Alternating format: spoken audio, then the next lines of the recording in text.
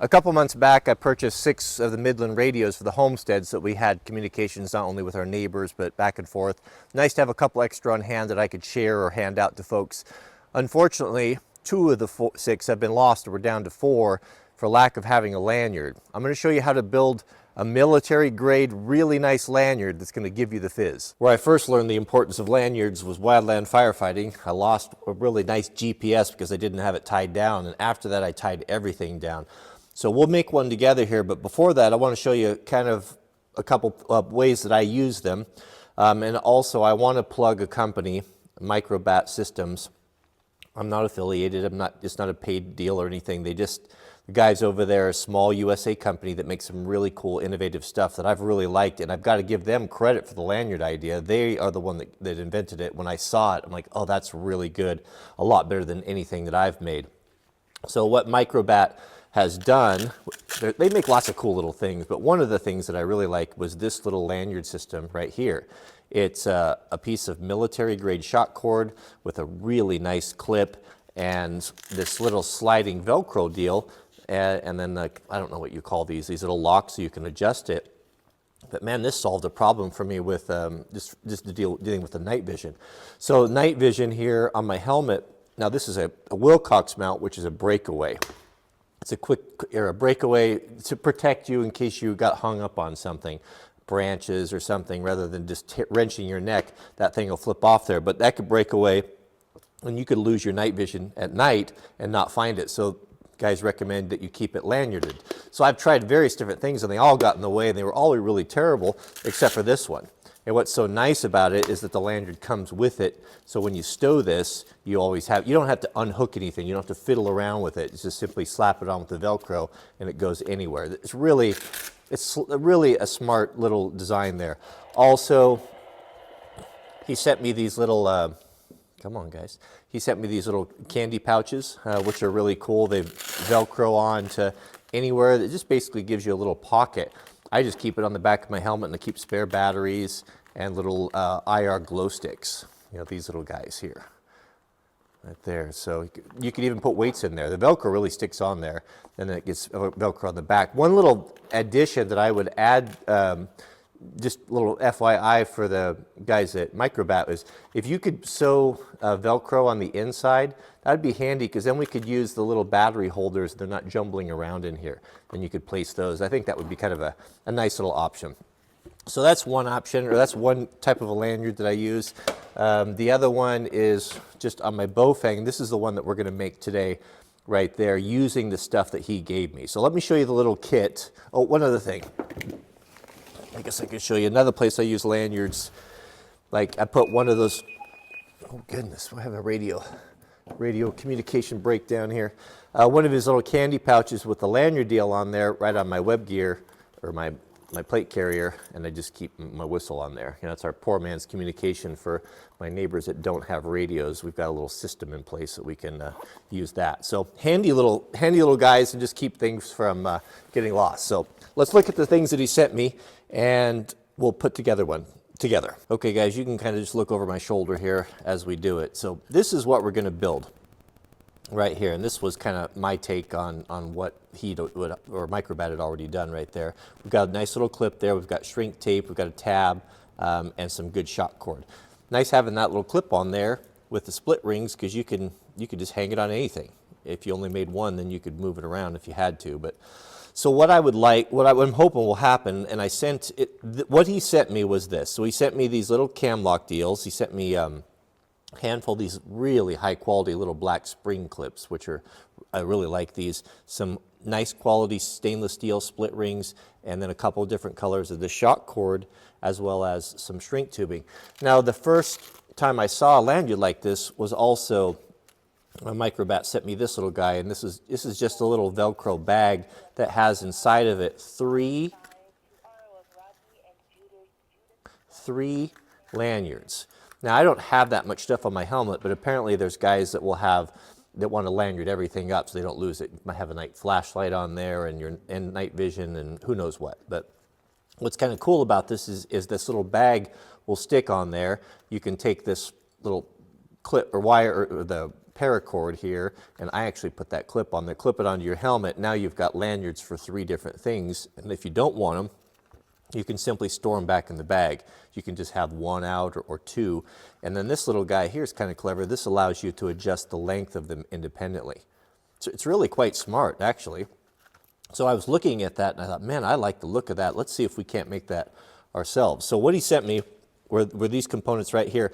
I sent him an email today and asked Microbat if they could put together this kit. And here's what I'd recommend. You know, maybe 3 or maybe 6, half a dozen or whatever. Get like 3 of these, 3 of these, 3 of these, a little bit of paracord, and enough of the shrink tape to do 2 ends on that, and put a little kit together for everyone. And I don't know if he's going to do it, but I hope so, because I think that would be, I think that'd be a good seller. I would buy those for sure, just to have everything on hand, and everything here is really nice quality. So here's what I do here. So I cut a piece of this shock cord about so, like this, and we're going to put our clip on first, right? I better look at this so I don't forget. And the nice thing about the split rings is you can put those guys anywhere. You can see here, like on the Bowfang, a lot of these little lanyard holes on knives and different things are too small for a big clip like this.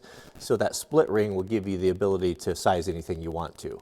These I think are a little bit too big. I like the littler ones better, but I guess it depends on what you're putting it on. If you have something like these Midlands, or here's one with the clip on it, a guy could put one of these big clips in that ring on right there, and that would work pretty good. So I guess maybe an option, maybe just a couple of, kind of an assortment pack of each. Okay, so what I do is I put that clip on here like this. We'll feed that through. How long? About, you know, whatever you want, but about 12 inches or so, like that seems to work good. Now your shrink tubing, this stuff you can get, it's pretty affordable on Amazon, and I'm going to put links to this stuff, what I can find from Amazon in the subject heading if you want to order some of it.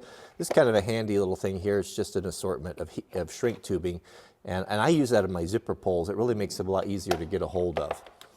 But he included a little bit as well, so we don't need this much, so we'll cut some of that off right there. And the best way, I used to use a torch for this stuff, and oftentimes I would burn it. And finally I sprung for a heat gun. See how I've got that on there? Now if you cover that eye a little bit, go right to the clip, then it holds it really rigidly, which I kind of prefer. You can use a lighter too. If you don't have a heat gun, just a Bic lighter or even a match is fine. And when I do shrink tubing, you just slowly roll it, and you have to heat all sides, and you'll watch it shrink up there. Not only does it kind of hold it out rigidly, but it also silences things. So I guess if you had a job where you had to be covert and quiet, you could put this stuff on your zipper pulls, and it's not going to be clanking around if that was important. So right there, we got that, right? Looks pretty good. Okay, so on the other end, we're just going to do a simple knot, just a granny.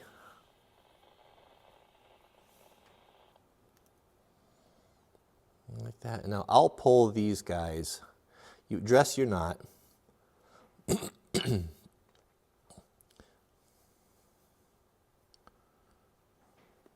Like that. I'll get that pretty close to the end, and I'm going to pull this guy really tight. We don't want that. We want it to be as small as possible. Right? There we go. Oh, I forgot something. So one thing that I kind of like, I like these little tabs here. These, you can get these from Spiritus. I'll put a link. They have a little, these are actually tabs for magazine pulls if you're going to use the shock cord on there. And I like it. It's just, I don't know why. I think it just looks cool. It is kind of handy to grab. I find myself grabbing it all the time. So now that I really got that tight, well, we're going to go without that. You get the idea. Now we'll use a little bit bigger shrink tubing. It should fit over that knot. Yeah, like that. Trim that down. I usually cut these to just about an inch or so, give or take. Put this guy on here like this, and I'll flush the end. So you want to cover the knot, right?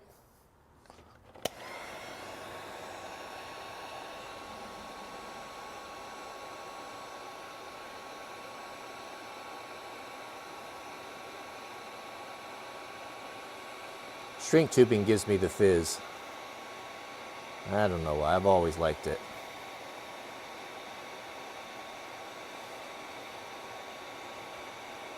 I would recommend getting the assortment from Amazon or the shrink tubing. Oh goodness, Mama Kitty's up there hunting mice. Knock something up. Oh, I overheated it there, wasn't paying attention, burnt it. But it'll still work, it's fine. So there we have basically the same thing that I just built right there without the little green tab on it. And I need one for, this one's my radio here, yeah. So what we're gonna do is we're gonna put this nice big split ring on that. No, you know what I'm gonna do? I'm gonna use that littler one because there is a little lanyard hole right there for it. So what I found is best with these split rings, if you can get, this is a handy tool. A little O-ring pick. These are snap-ons, but lots of companies make them. It's so handy, I keep it on the bench right by my vise. I use it so much. But it's perfect for these split rings. You can get that open. If I can get that in there.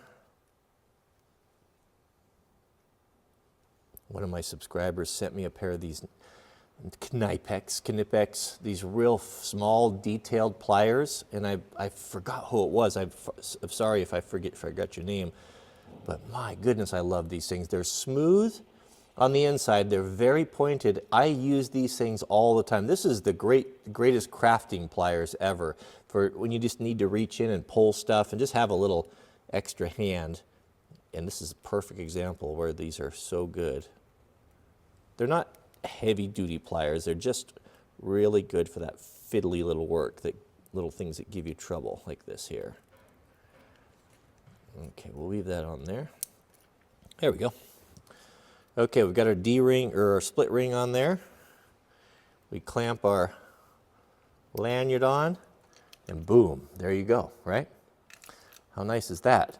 Now you can hook that on all sorts of different things. So how I typically do it, what works good for me, of course, you know, everyone's different, but I like to have a radio. So on my body armor here, so I have these little Spiritus kind of fold up pouches, which are really great for dropping a radio in. The downside of this though is that there's not, it had a retention thing over the top, but I didn't like it because I had to fight it every time I wanted to put the radio in and take it out.